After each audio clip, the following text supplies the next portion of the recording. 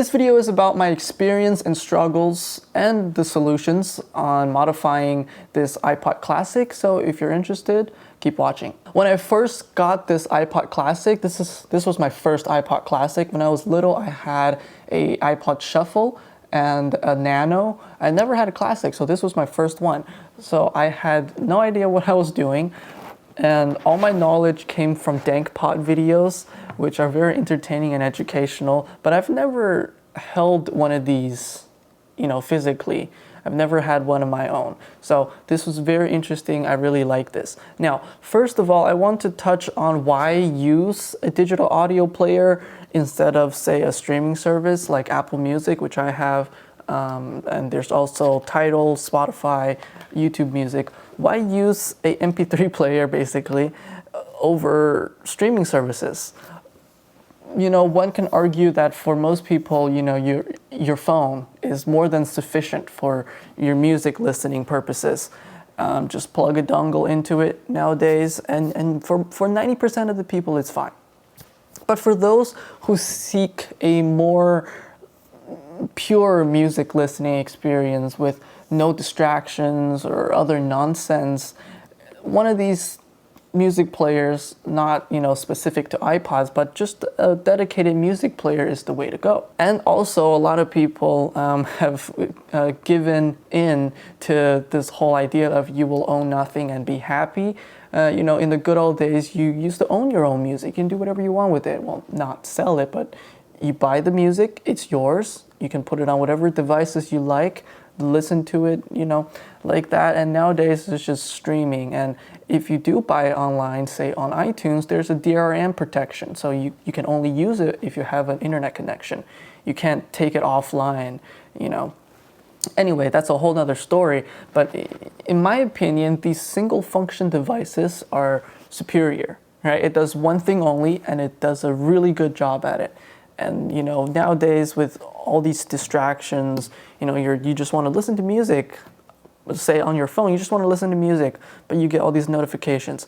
Yeah, you can turn notifications off on your whole phone, but I just want my phone to do phone things. Yes, I can get a dumb phone, but we live in the age now where a smartphone is kind of required for you to do things to make your life easier, right? You can choose, but that's a whole different topic. I don't want to touch on that. So another reason to use one of these is that it has a longer battery life. You do a lot of things on your phone and you share a single battery, so there's only so much things you can do.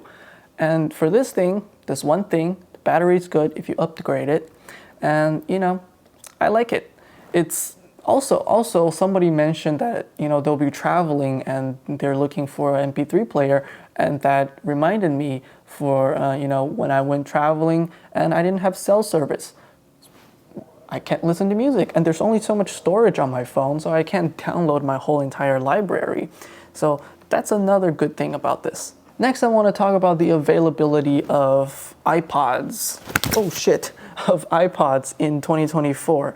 I picked this up on eBay for $60. This is 30 gigs version, $60. They range anywhere from $20 to $100. You can get this for fairly cheap and modify it, and the parts for modifying is pretty cheap too. I just picked this up the other day for $10. This is a iPod Nano, 4 gigabytes, pretty cool. I used it as a backup when this thing was syncing. So, but the only problem is for this is the start-stop button doesn't work. So I had to unplug the headphone jack to stop playing. Anyway, that's a whole different thing. What I was trying to say is that these are pretty available and they're relatively cheap compared to other devices, other music listening digital audio players. So there's that. Next, I want to talk about modifying. These things are very old, almost 20 years old at this point. There are some older models that are 20 years old. When most people get these nowadays, they upgrade the battery because it's old, upgrade to a higher capacity battery, and replace the mechanical hard drive with a flash storage unit. Most popular one is the iFlash Quad, which takes 4 micro SD cards. So if you looked around the internet, you'll know that you're able to modify most of the iPod models, but the 5th gen, this one, Classic is the easiest to modify for most people. You know, you don't need to desolder or solder anything. Everything is just plug and play, unless you want to add like Bluetooth stuff. That's more advanced for my skill level. But this one, when you have the right tools, pry it open, replace the battery, it's just easy, just plug and go. And also, the 5th gen has the most options when it comes to aftermarket parts, both functional and cosmetic. So there's a lot of, the market is very big on this one. Now I want to talk about some obstacles and challenges of modding an iPod. So for me personally, I'm just going to talk about my personal experience. When I got this last week, after I modded it, I found that the file transfer speed is faster on a Mac than Windows.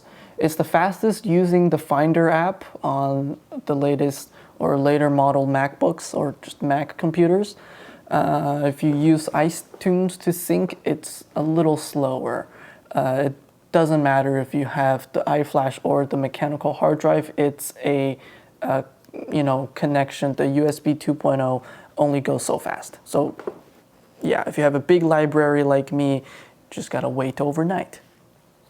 Now, I didn't want to use the new Apple Music app to sync this thing because I use Apple Music on my phone, so I didn't want to mess up my whole Apple Music library. I didn't want to deal with that. So I started with syncing with Finder, and I ran into some trouble, and I went back and forth. I wiped it and then synced it again. Still gave me some trouble, which I'll talk about in a little bit. However, I ended up just syncing it on Windows. It's slower, but it's more reliable. From my experience. So when you sync this with the Finder app on your Mac, there's no album art. So if you want album art, you need to use the Music app or iTunes on Windows. Now, it takes, like I said earlier, it takes an extremely long time to sync on Windows. For me, it took about 6 hours for, at that time, 8,702 songs. But I was using a higher quality ALAC, A-L-A-C quality. It was about 211 gigabytes, and it took 6 hours. And it was a little bit faster on the Mac, I would say about 4 or 5 hours, so it would save like an hour or two.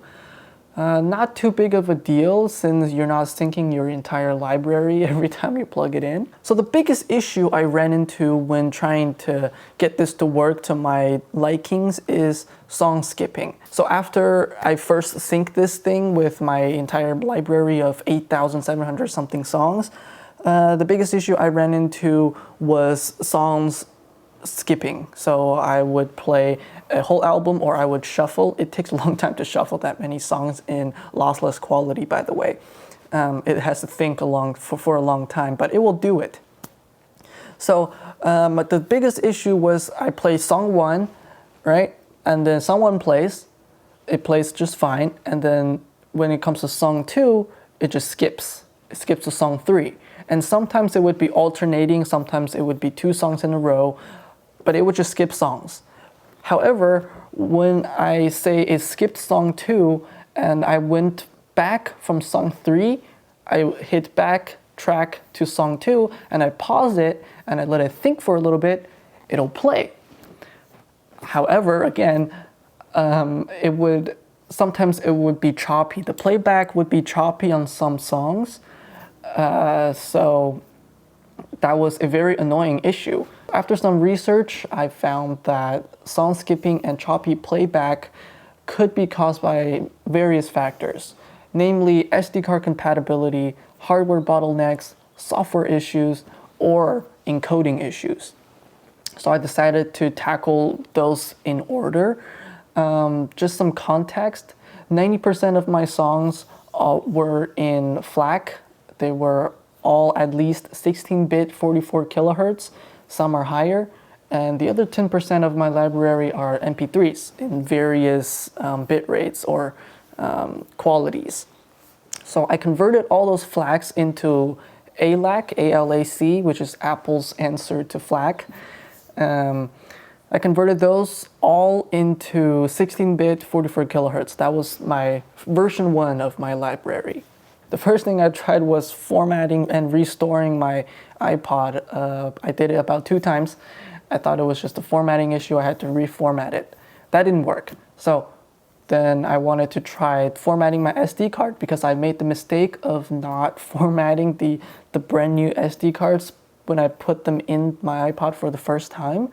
So there's a whole article on iFlash on how to do that. So instead of explaining it here, they do a very good job at explaining the process in the article. So I'll just link it in the description below. So after I formatted each SD card, I put them in, restored my iPod again. It didn't work. After that, it was safe to assume that it wasn't the SD cards. The SD cards are fine. So that leaves hardware bottlenecks, software issues, or encoding issues. Although it skips songs and it's choppy, it's able to play most of the high-quality lossless files just fine, right? It just needs a little time to think, but it plays it just fine. So I know that it's not necessarily a hardware issue because it plays some of the songs fine. And software issues wasn't really an issue for me because everything was working. So I didn't really think the software was an issue. Like I didn't think to install Rockbox on it. So that leaves the encoding to be the culprit for my issues. I converted my entire library to 320 kbps, 44.1 kilohertz AAC, which is Apple's answers to MP3. I did that, still didn't work. The issue persisted. It still skips songs. So I was like, okay, it doesn't have a problem with MP3s from my experience. It only has a problem with lossless files and AAC file, which is Apple's own files. So I was just like, okay, let me just convert everything to MP3. So I rebuilt my entire library again. I reconverted everything into 320 kbps MP3. And what do you know? That fixed it. That fixed everything. So moral of the story, moral of the story, don't try to put lossless files on this. It's gonna struggle. It's gonna have a really hard time. Now I want to talk about the limitations of this thing. You know, like I mentioned just now, it can't play a big library of lossless files. It basically makes it unusable, right? Why would you want to use this if it skips every other song and it has choppy playback on some songs? It's not very fun to use. My rule of thumb, which I just came up with myself, is that 256 gigabytes, it's enough for most people. According to Apple and some sources on Reddit and other forums, the 32 megabyte motherboard, which came with the 30 gig version of the iPod 5th generation and 5.5, the limit is about 20,000 songs, which at 10 megabytes a song puts you at 200 gigabytes. And then for the 64 megabyte motherboard, which came with the 80 gig version, the limit for that one is about 50,000 songs, which again, at 10 megabytes a song, it's about 500 gigabytes. That's the top, right? If you want to go to 1 terabyte, 2, 4 terabytes, all power to you. You're not going to be able to put that much stuff on it and have it work. I mean, you can use it as a hard drive, but transfer speeds are slow as heck. I don't know why you should do that. However, those limits are just theoretical. You know, your results may vary. Some people have put 30,000 songs on their 32 megabyte board and they never ran into a problem.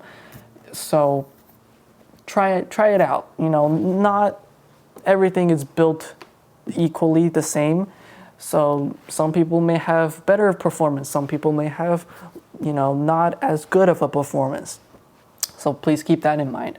Now, a workaround for those limits would be installing Rockbox, which is a third party, or it's just another OS on this thing. You can dual boot this with the stock OS and the Rockbox OS, but just keep in mind that whatever you sync to the stock OS with iTunes, you won't be able to play them on Rockbox and vice versa.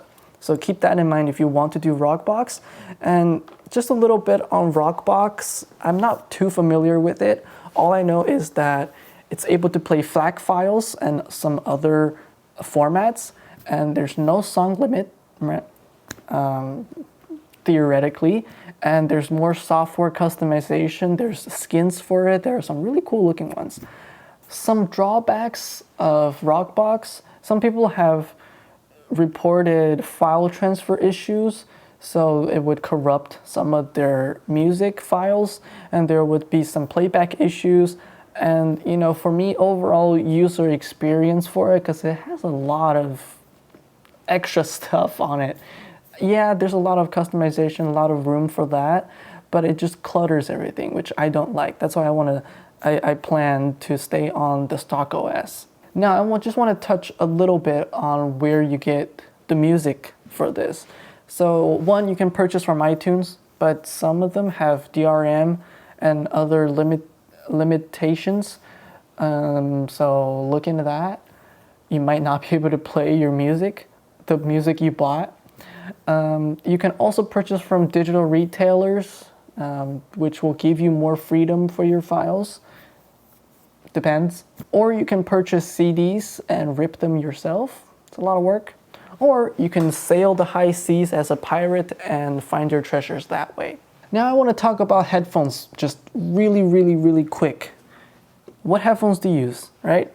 Buy a pair of these. These are the COS KPH40. Buy a pair of these before you go down the rabbit hole of audiophile headphones. Your wallet will thank you later. These are $40. Sometimes you get them on sale for around $20 or $30. These are not the stock pads. These are the Yaxi pads, which makes it sound a little better. But these KPH40 utility headphones, these are the end game, all right? Just get these before you buy anything else. Before you spend over $100 on headphones, buy these first and try them. If you really don't like them, which I highly doubt, if you don't like them, then upgrade. But for 99.99% of people, this is fine. You don't need to spend $500 on a pair of headphones. These probably will sound better than whatever the heck you buy. So there's that. I mean, your old Apple earbuds will do. I started with these. They sound great. I have other IEMs, but these sound great. Like, I have $200 IEMs that I don't want to take out to places because I'm afraid that it'll fall or I'll lose them. These ones are like $5. I got 2 of these for $10. You use these, you throw them in the washer, they still work, you lose them, whatever, right? And they sound great. For 99.99% of people, these are enough. Don't spend $200 on an IEM or $500 or even $100. It's not worth it. At the end of the day, sound is subjective, right? So don't take other people's opinions as gospel. What they hear is probably different from what you hear, even on the same equipment, the same songs, the same files. It may sound different. So just don't go on Reddit and, buy whatever they recommend. You'll probably, your wallet will probably thank you later. Lastly, some tips and advice. Most importantly, do your research before jumping into it. See whether if it's for you or not. Not everyone wants an iPod. This doesn't work for everyone. Some people just want the simplicity of everything on their phone. You listen to music, do everything on your phone, and they're okay with the low-res streaming quality, right?